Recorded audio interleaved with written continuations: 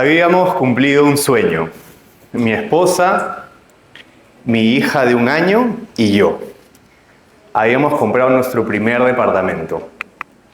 Recién había pasado solo una semana de haber recibido nuestro departamento y recibo una llamada un viernes en la tarde. Es una llamada que cambió mucho, que cambió muchísimo y les voy a contar el porqué. Me llamó mi jefe y me dijo: Renzo, en 15 días cerramos operaciones en Perú. Yo me quedé helado con esta llamada. No solo porque era mi única fuente de ingresos, sino porque recién había firmado una deuda por 25 años por mi nuevo departamento. Tenía una familia que mantener, una familia que cuidar y no sabía qué hacer. Pero esta situación yo ya la había pasado antes, pero solo que en esta oportunidad me tocó ser papá. Yo soy el menor de 3 hermanos, nací en una familia de clase media conservadora. Desde que tengo uso de razón, mis padres han trabajado toda su vida.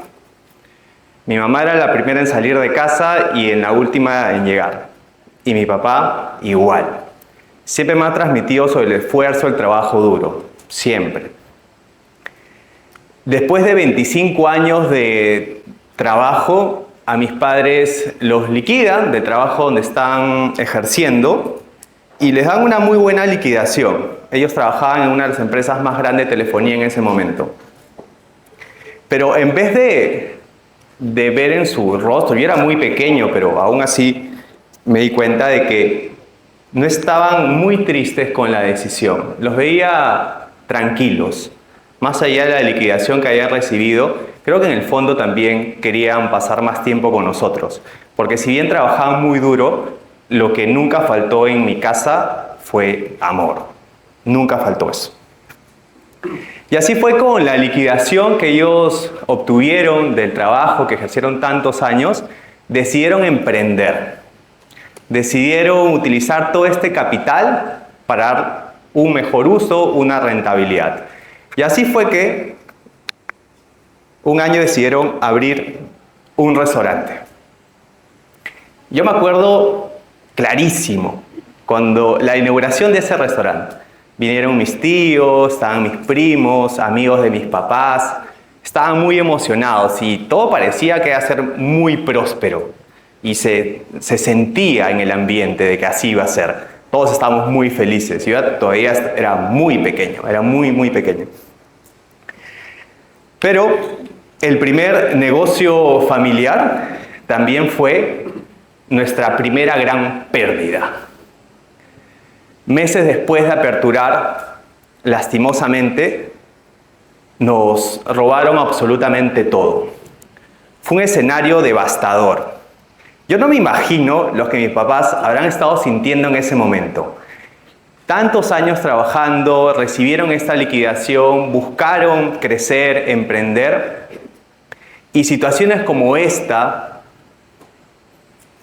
yo me imagino que habrá generado muchísima tristeza en ellos, que yo sé que lo manejaron bastante bien porque yo no recuerdo mucho ese momento, pero sí me puedo imaginar lo que ellos debieron haber sentido en ese momento. Y no solo se llevaron absolutamente todo de este restaurante, sino lo que no pudieron llevarse, lo destruyeron. Entonces, se imaginarán un poco el escenario de inclusive poder recuperar algo de eso y no poder. Finalmente, aquí sucede algo que Behavioral Economics o la economía del comportamiento lo llama aversión a la pérdida. ¿Cuándo sucede la aversión a la pérdida? Cuando tienes mucho miedo de alguna inversión que has realizado y decides dejarlo o sacar tu posición o finalmente venderlo todo. Obviamente, al vender en una situación como esta, la pérdida igual fue muy grande. Con lo que pudieron vender, distribuyeron parte de los ahorros mensualmente en todas las gastos no negociables, facturas no negociables que teníamos durante todos los meses. Y esta frase me toca muchísimo, porque perder duele el doble que lo que se disfruta ganar. Por más que puedas haber logrado muchísimas cosas, cuando logras perder algo, no sabes lo fuerte y lo intenso que puede generarte, inclusive más que una victoria. Crecí con un ligero resentimiento sobre el dinero. Obviamente fue una situación bastante complicada que pasamos en casa posteriormente a este escenario. Y desde mi adolescencia siempre busqué alternativas donde yo pudiera comprarme lo que yo quisiera, algunas golosinas o de repente salir con mis amigos. Y así fue que nace mi primer emprendimiento. Tenía solo 12 años, estaba todo el apogeo de las cabinas de internet. Yo, muy hábil en ese momento, aprendí cómo instalar juegos en computadoras. Y mi primera acción fue tocar las cabinas que estaban cerca a mi manzana y ofrecerles el servicio de instalación de videojuegos.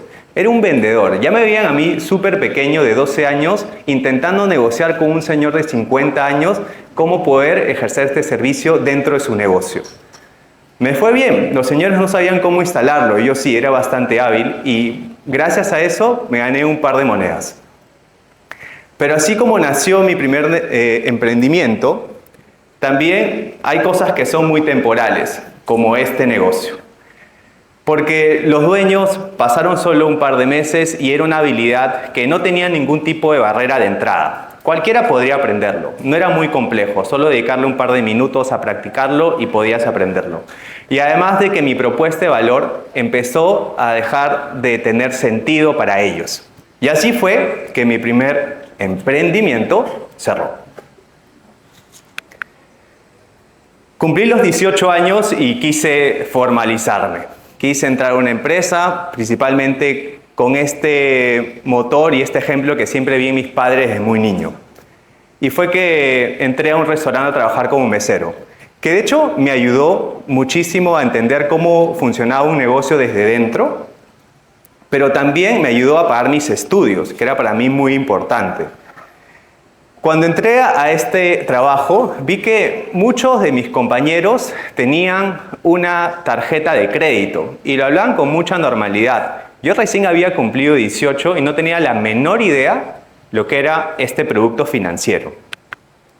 Y así fue que, un poco de mono, decidí solicitar mi primera tarjeta. Me dieron un crédito súper chiquito, me acuerdo. Pero aquí va un primer aprendizaje, y es que hay una receta para que todo salga mal cuando quieres adquirir un producto financiero: inmadurez e irresponsabilidad. Y es un poco lo que tenía de ambos en ese momento. El primer fin de semana que recibí mi primera tarjeta de crédito, me lo gasté absolutamente todo. Sí, todo. Reventé toda la línea de crédito que tenía. Llegué como magnate, que no tenía obviamente ni medio sol, y compré botellas como loco a todos mis amigos. Posterior a esto, como mencioné de esta receta para que todo salga mal, que es la irresponsabilidad y la inmadurez, procrastiné el hecho de pagar mi tarjeta de crédito. Y dije, en algún momento lo haré. Prioricé otros pagos, algún pago de celular que tenía en ese momento, y pasó un año. Me imagino que me habrán llamado muchísimas veces los bancos a cobrarme, pero simplemente los ignoré. No tenía ningún tipo de interés de pagar esta deuda. Y así fue que un día, llegando a mi casa después del trabajo, veo que hay un sobre como este, negro, que decía confidencial. Ya no sé si hoy en día se estila este tipo de sobres, pero la verdad que en ese momento me asustó bastante. Decidí abrirlo y me choqué con la realidad de que con los bancos no se juega. Y fue que a mis 19 años ya estaba en la lista negra de Infocor. Solo tenía 19 años. Estaba comenzando mi vida profesional, mi vida laboral. Y ya estaba manchado y mal visto por los bancos.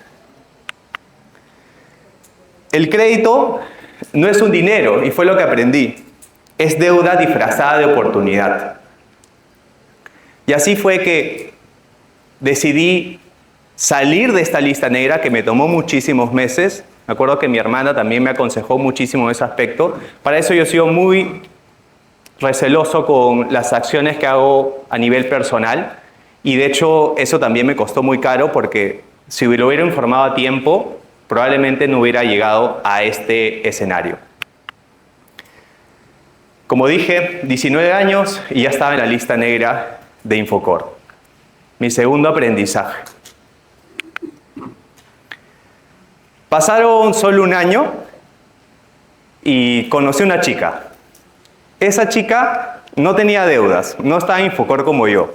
Era bastante ordenada y tampoco tenía la necesidad de aprender a los 12 años.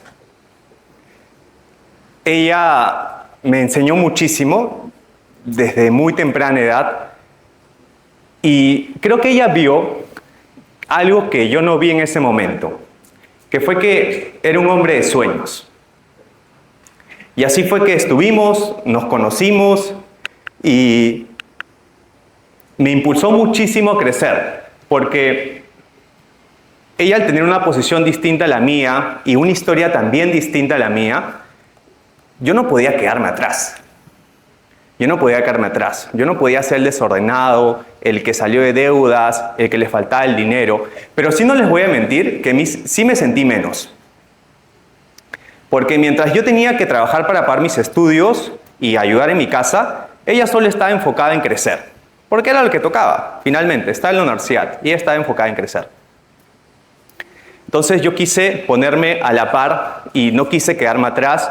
Decidí terminar mis estudios, decidí esforzarme mucho más en el trabajo, conseguí un nuevo empleo, ascendí, me destacaba en el equipo que me pusieran. Me iba bastante bien laboralmente.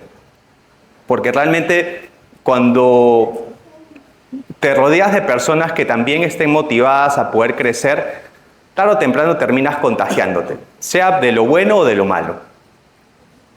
Y así fue que pasaron más de 8 años y me casé con esta chica. Tuvimos nuestra primera hija, Sofía, y todo parecía que marchaba bastante bien. Todo parecía que volvía a ponerse a la normalidad. Y aquí llega mi primera revelación. Empecé a trabajar en la industria financiera y a entender cómo funcionaba el sistema financiero, pero desde adentro. Y gracias a eso me motivé a estudiar una especialidad en finanzas. 6 meses, todas las noches, de 6 de la tarde a 10 de la noche, enfocado en aprender finanzas.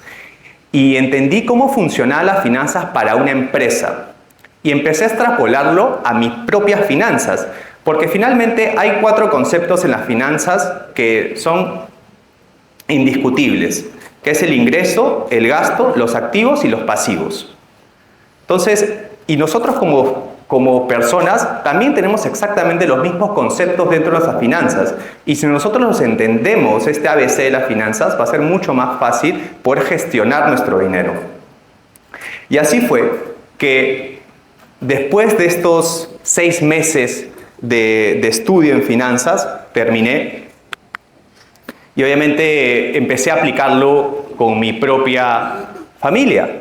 Dije, no, esta situación la tengo que manejar no solo en la empresa que estoy trabajando, sino también con mis propias finanzas. Porque finalmente no solo era ahora un hijo, era también papá.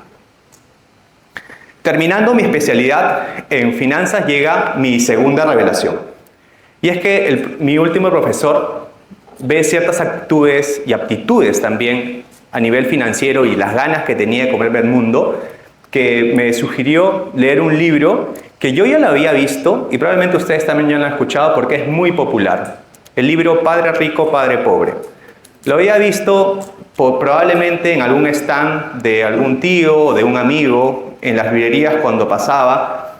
Sabía de su existencia, pero nunca me atreví a abrir un solo libro.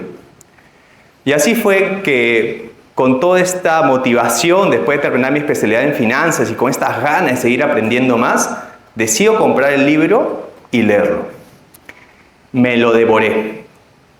En solo semanas Ya había leído todo el libro y mientras iba aprendiendo en cada capítulo, iba apuntando todos estos aprendizajes. Dije, en algún momento tengo que compartir esto con las demás personas. Estoy hablando de hace muchos años atrás, donde la educación financiera en ese momento todavía muy escasa. Así que empecé con un bloc de notas y apuntar todos los aprendizajes que iba teniendo el libro. No les miento, tenía una lista de 100 temas que quería compartir con ustedes, el cual.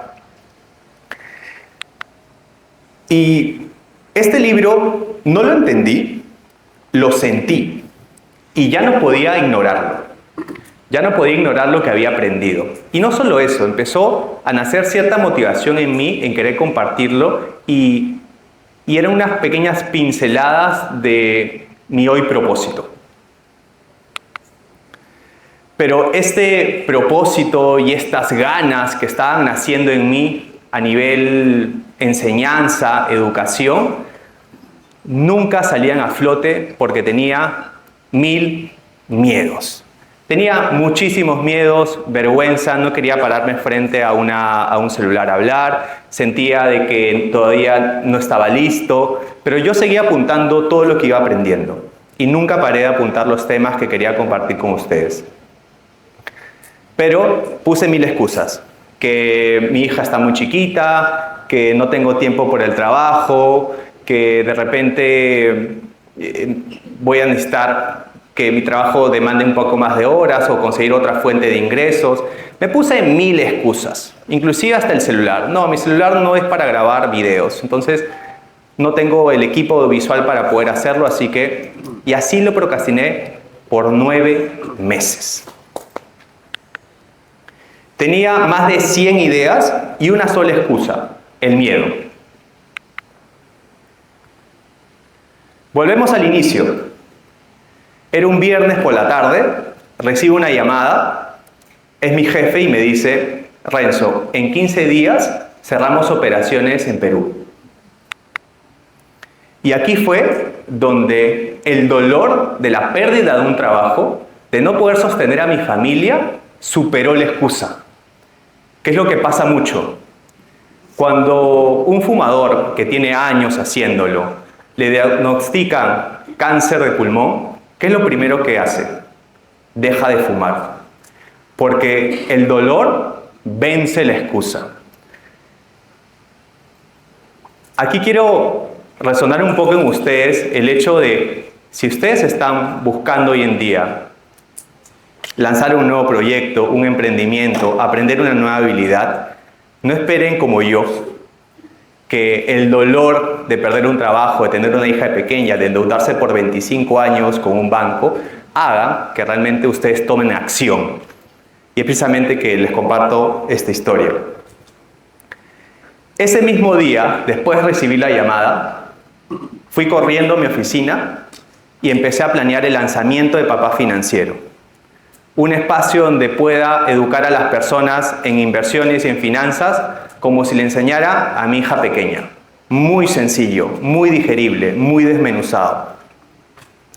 Planeé, grabé mi primer video y de ese día mi marca personal nació.